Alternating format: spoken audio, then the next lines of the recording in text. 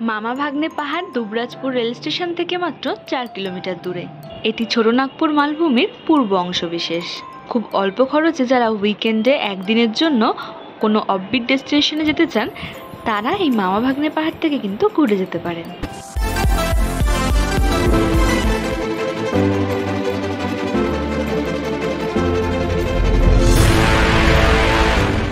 Bakreshwar dam থেকে একই পথে ফিরতে শুরু করে বাঁ দিকের রাস্তা ধরে এগোতে থাকলাম বক্রেশ্বর মন্দির যাওয়ার রাস্তা ডান হাতে রেখে।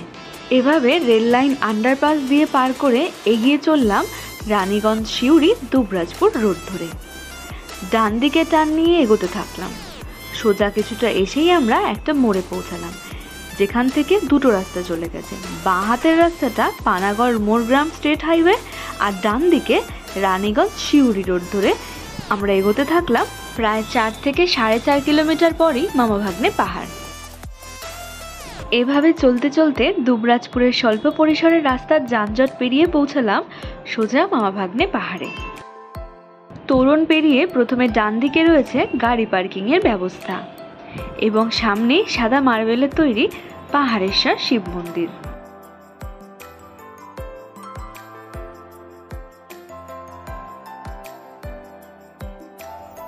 কথিত আছে এই শিব প্রতিদিন 1 তিল করে বাড়ছে, আর তাই একে তিলেশ্বর শিবও বলে।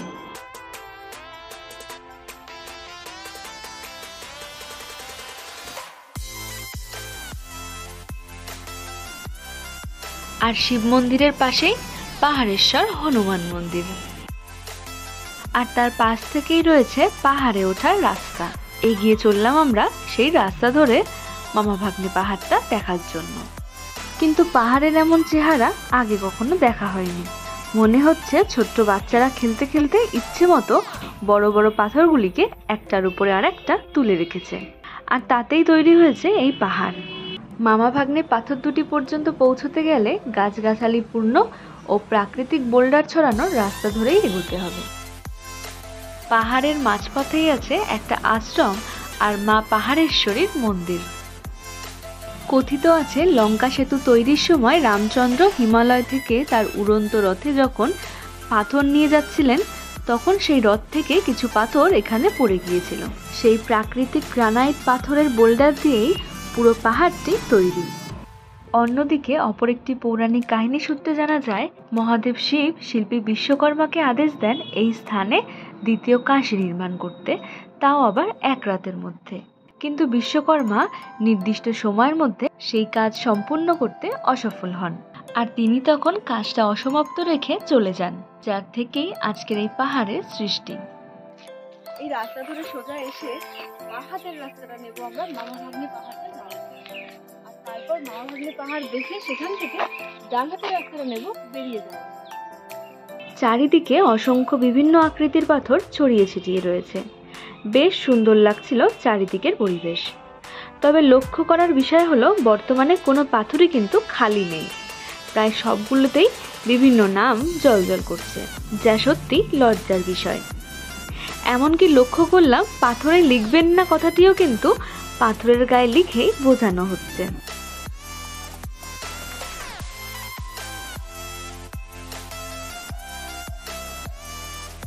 সিঁড়ি দিয়ে উপরে উঠতেই মামা ভাগ্নে পাথরের ঠিক পাশেই রয়েছে প্রাকৃতিকভাবে তৈরি মা পাহাড়েশ্বরীর জনিপীঠ, যা কামাখ্যা মন্দিরের ন্যায় বলেই এখানকার স্থানীয়দের বিশ্বাস। আর ডান হাতে রয়েছে শ্যামাঙ্গী মায়ের মন্দির। মামা ও ভাগ্নে পাথর দুটি ডিম্বাকৃত একে অপরের গায়ে লেগে আছে সুন্দর ব্যালেন্স করে। অপেক্ষাকৃত উঁচু পাথরটি হলো ভাগ্নে। এদের মাঝে আরো ছোট ছোট পাথর আছে যা এদেরকে ব্যালেন্স করতে সাহায্য করছে, যা দেখলে সত্যিই অবাক হতে হয়। ঝড়, রোদ, বৃষ্টি, ভূমিকম্প সবকিছুকে উপেক্ষা করে এই পাথরগুলো এভাবেই দাঁড়িয়ে আছে যুগের পর যুগ ধরে। এখান থেকে দুবরাজপুরের পুরো শহরটাকেই দেখা যায়, আর খুব ভালোভাবে লক্ষ্য করলে হেতামপুর রাজবাটিও দেখা যায়।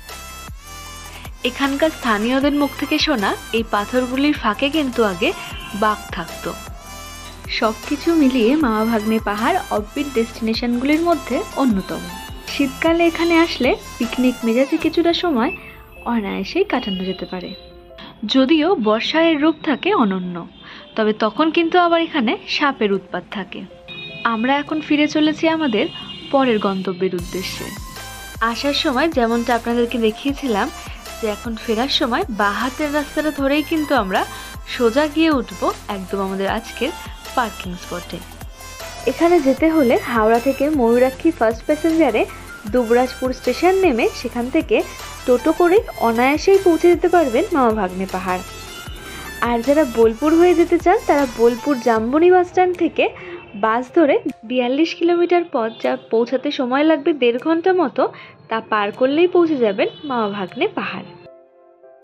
এখানে সত্যজিৎ রায়ের পরিচালিত অভিযান, গুপি গাইন বাঘা বাইন ও সন্দীপ রায়ের রবার্টসনের রুবির মতো ইত্যাদি ছবির চলচ্চিত্রায়ন হয়েছে। আজকের আমার এই মামা ভাগ্নে পাহাড়ের ভিডিওটা ভালো লেগে থাকলে ভিডিওটাকে লাইক করে চ্যানেলটাকে সাবস্ক্রাইব করার অনুরোধ রইল।